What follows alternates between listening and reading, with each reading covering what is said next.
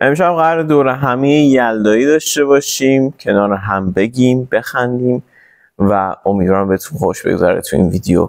پس بزن بریم.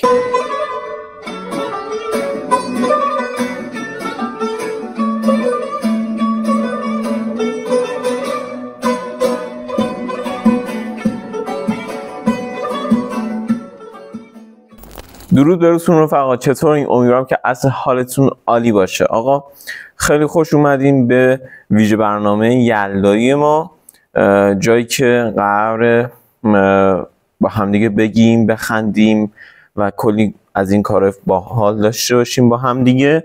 چندین تا بخش داره این ویدیو ما.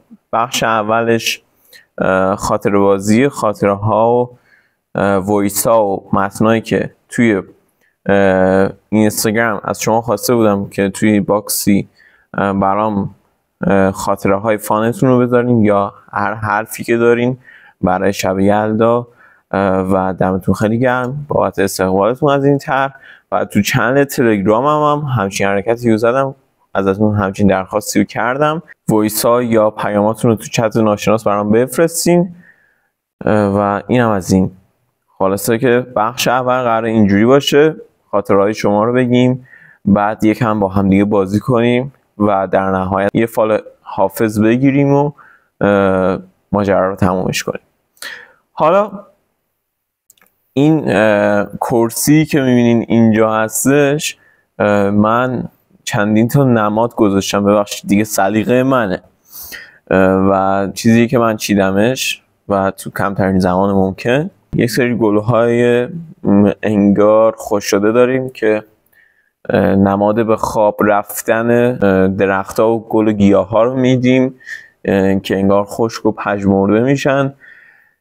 این چراغ نفتی که اینجا میبینین رو برای نماد گذشته و قدیمی ها گذاشتم. انار از آیتم‌های یلدایی خوردنیه و ساعت هم به عنوان نماد زمان گذاشتم که عمره که میگذره و چه خوبه که با همین دوره همی ها و تایم های خوب و خوش بگذره.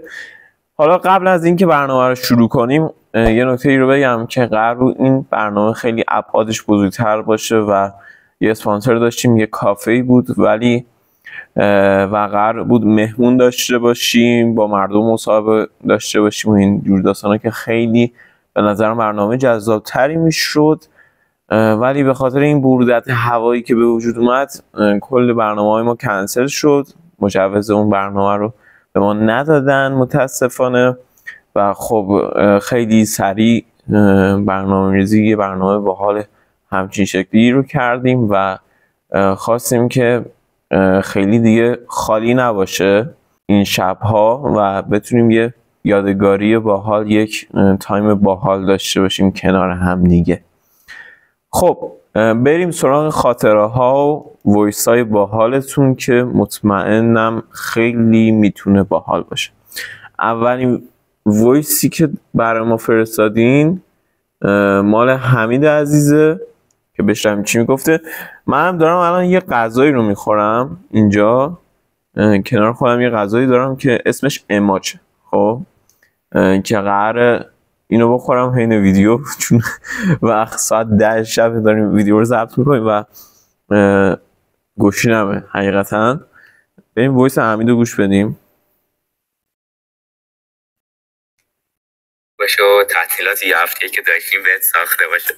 خب در مورد سوال که گفته بودی از خاطرات شب یلداتون برامون بگین، والا من میخوام نمیدونم اسمش دقیق خاطره است یا دغدغه است یا چیه، ولی هر سال اینجوریه که مثلا وسط اون خوش گذشتنه و اون شب یلدا و اینا یه طرف ذهنم مشغول این بوده که دیگه وای دیگه از فردا یا پس فردا امتحانای نوبت دی و نوبت اول و اون سیکلی. من همچین دغدغه‌ای دارم واقعا. الان فردا شب یلدا که قرار این برنامه هم آپلود بشه و واقعا دغدغمه. واقعا من کنکوری ام الان و همه ذهن رو درگیری، مثلا روزی 10-12 ساعت درگیر درسه. بریم ادامهش. یک ماهه از امتحانا شروع میشه، بعد دو وسط اون همه حال خوب یک انرژی منفی میده به آدم دیگه. حالا فرقی هم نداره ولی چه درس خون باشی یا نه، بالاخره اون یک انرژی منفی رو میده برات.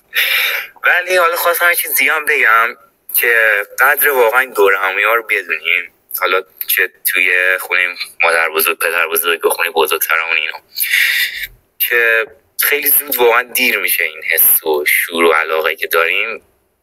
نمیدونم شاید این نظر من باشه ولی بالاخره تو آینده بعضی از حسا تغییر میکنه دیگه. گفتم حالا این هم که قدر واقعا این دور همی‌ها رو بدونیم. امشب که شب یلدا معروف به حافظ خانیش، بعد یک شعری و من از حافظ خیلی وقت حفظم، بذار اینجا بگم دیگه. میگه که ای که گفتی جان بده تا باشدت آرام جان، جان به غمهایش سپردم نیست آرام هنوز. خدا نگهدارتون. خدا نگهداره باشه حمید عزیز. حمید از اون بچه‌هایی که از اون رفقایی که خودم رفیقمه و قراره به زودی توی ویدیوهای بعدی کنارمون باشه، با هم دیگه کلی ویدیو باحال بگیریم. اینو یکمی تندش کرده بودن برای همون دارم الان میسوزم و خلاصه که قراره باشه کلی ویدیو باحال بگیریم و دمش گرم. همون وایب باحال خودش رو گفت از طرفی و از طرف دیگه هم حافظ خونی برامون داشت که واقعا باحال بود و دمت گرم واقعا حمید. مجید عزیز برامون نوشته که آقا من سربازم و این خاطره مال چند ماه پیشمه، یه تایمیه، این تایم باید بگذره، سربازیه و امیدوارم که به بهترین حالتی که میشه برات بگذره این تایمه. خلاصه نوشته که آقا من چند ماه پیش به هم گفتن که یه باری هست باید ببری و اینجور داستانا. خلاصه که من اینو داشتم با ماشین میبردم و تو راه برگشت همینجوری که داشتم ماشین نگاه میکردم چشم به یه دونه USB افتاد. USB رو زدم به ماشین و دیدم پر آهنگ 6 و 8 و USB رئیس بخش ما بود. خب اونم آدم طبیعتاً و از آهنگاش میشه مثلا فلان و فلان، اونای سطح بالا رو شما در نظر بگیرین، اونایی که دیگه خیلی شاده ما الان نمیگیم برام. اونم برها آدمه تو خلوت خودش نیاز داره که یک سری چیزها رو گوش بده و سلیقه موسیقیش دست خودشه، حالا میتونه تو هر پست و جایگاهی باشه. بعدی ریحانه خانم برای ما نوشتن که آقا بذار براتون از اولین باری که آشپزی کردم بگم. اولین بار که آشپزی کردم میخواستم که یه دونه ماکارونی درست کنم ولی رفتم گفتم اینا که خودش اوکی میشه و رفتم حموم. خلاصه که چشتون روز بعد رو نبینه، بچه فامیل اومده بود خونمون و من وظیفه‌م نگهداری از اونم بود و اینو گذاشته بودم، این رفته بود اجاق گاز رو زیرش رو زیاد کرده بود، دیدم که خونه رو دود برداشته و و دیدم همش از سر همین قابلمه‌ای بود که من ماکارونی درست کرده بودم. آره بچه ها رو نباید تنها گذاشت دیگه. خیلی بچه های الان دیگه خیلی پیش فعال شدن و نمیشه اصلا گذاشتشون کنار و حواستون باید باشه دیگه، میتونست خیلی اتفاقات بدتری بیفته ولی ما به چشه به خاطر خوش نگاه میکنیم بشه. آقا بعدی و آقا یاسر برامون نوشته که من چندین وقته که مادرم رو از دست دادم و دیگه اون حال و هوای یلداهای پیش رو نداریم و امیدوارم همیشه حال دلاتون میزون باشه و هیچ موقع غم از دست دادن عزیزانتون رو نبین. چرا به جای خاطرهای فان همش خاطرهای و چیزای بد نوشتین و تلخ؟ واقعا جایگاه مادر یه جایگاه خاصه و تکه و هیچ کس نمیتونه جایگزینش بشه. پدر و مادر اون افرادی هستن که عزیزن و واقعا جایگاه مقدسی دارن و امیدوارم که سایه همه عزیزان بالا سرتون باشه و تا هستین در کنار هم خوش باشین و قدر لحظات خوبتون رو بدونین در کنارشون، که به قول حمید رفرنس بدم باز به حمید که آقا قدر این لحظات رو بدونید. نفر بعدی نوشته که ما رفته بودیم یک بار، اسمشو نگفته و اسم آیدیش هم خیلی عجب مجقه. خلاصه که نوشته ما یه بار رفتیم کمپ و با دوستا و رفقا، بعد یهو دیدم یه کیسه سوسک ریختن داخل چادرمون رفیقام. ما فکر کردیم واقعیه و جیغ زدیم رفتیم هوا این خانوم حتما و دیدیم نه از این اسباب بازی است، ولی بازم چندش بود. از این شوخی ها هم داریم با رفیقاتون. ما یک سری خودمونم رفته بودیم گرگان و اونجا از فامیلامون رفته بودن حالت جنگل طور، ما هم دعوت کردن اونجا. خلاصه ما رفتیم اونجا، نور LED زده بودن قشنگ، نور رو صفا سیتی و اینجور داستانا. خلاصه که ما رفتیم اون وسط مثلا که داشت خوش هم میگذشت، یکی از همین فامیلای گرگانیمون اومد چند تا از همین سوسکای اسباب‌بازی داشت و انداخت تو یه چادری که دخترای فامیل نشسته بودن و انداخت و جیغشون چنان رفت بالا و این کار رو چند دفعه هم کرد، شاید 3-4 دفعه این کار رو انجام داد و یه کرمی داشتی که خلاصه. بریم بعدی، خاطر بعدی. آقا نوشته که من توی لبنیاتی کار میکردم و خب یه بار نه از روی قصد بلکه از غیر عمد ماست چیکیده ها و کمه ها، شاید همه کمه ها رو نشناسم ولی کمه دیگه، کمه یه چیز ترشمزه ایه به نام کمه که حالا تو خراسان رضوی زیاده. تشخیصش از همدیگه خیلی سخت بود و همون روز چند تا مشتری اومدن و اونایی که ماست چیکیده خواستن بهشون کمه داده بودم و اونایی که کمه میخواستن بهشون ماست چیکیده داده بودم. یعنی حتی مثلا تست هم نتونستی بکنی که قاطی بشن، قاطی شدن. عجب. ما هم چند روز پیش مادرم از یه دونه لبنیاتی ماست چیکیده میخواست ولی به جاش کمه داده و 2 تا مشتری اومدن و سفارشاشون با هم قاطی شد. حالا ما استفاده میکردیم دیگه نرفتیم پس بدیم دیگه. خاطر آخره فکر میکنم از اونایی که گلچین کرده بودم، جمع‌های خانوادگیمون همیشه ترای نات تو لف و پانتومیم بازی میکنیم و خیلی حال میده.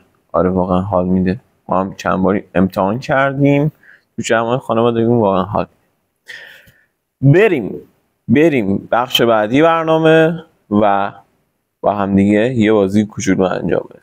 یه بازی رو بهتون معرفی میکنم توی این بخش از برنامه که شما هم میتونین برین انجام بدین و باش حال بکنین. بازی شخصیت‌های یلدایی شماست. شما میرین به یه سری سوالات پاسخ میدین و در نهایت شخصیت یلدایی شما مشخص میشه. بازی فانیه، میتونین برین انجام بدین تو جمع‌های خانوادگیتون یا به تنهایی و کلی باش بخندین. اینم از پیشنهاد بازیمون. من شدم خودم گرداننده، مثل اینکه گرداننده خوبیه و جالبیش اینه که من همیشه توی شبای یلدا که دور هم جمع میشیم و اینا، من همیشه گردانندم و میخوایم پانتومیم بزنیم، میخوایم ادا اصولی چیزی در بیاریم. خلاصه من نفریم که پایم و درست در اومده برای من. خلاصه توی بخش آخر قراره که فال بگیریم، فال حافظ. من وارد یه سایت رندومی از گوگل شدم و اینجا نوشته که فال تو بگیر و تفسیر رو اینجوری داستانا. من میزنم روش ببینیم چی در میاد. گفته چشاتو به من نیت کن و خلاصه اینجوری. خب بریم ببینیم که چی در اومد. خب من اینو هم شعرش رو یه اسکرین شات گرفتم هم تفسیرش رو روی صفحه میاد. امیدوارم که ببینید بپسندین. یکی هم به نیت شماهایی که الان تو خونه نشستین میگیرم الان و اونم ببینیم که چی در میاد.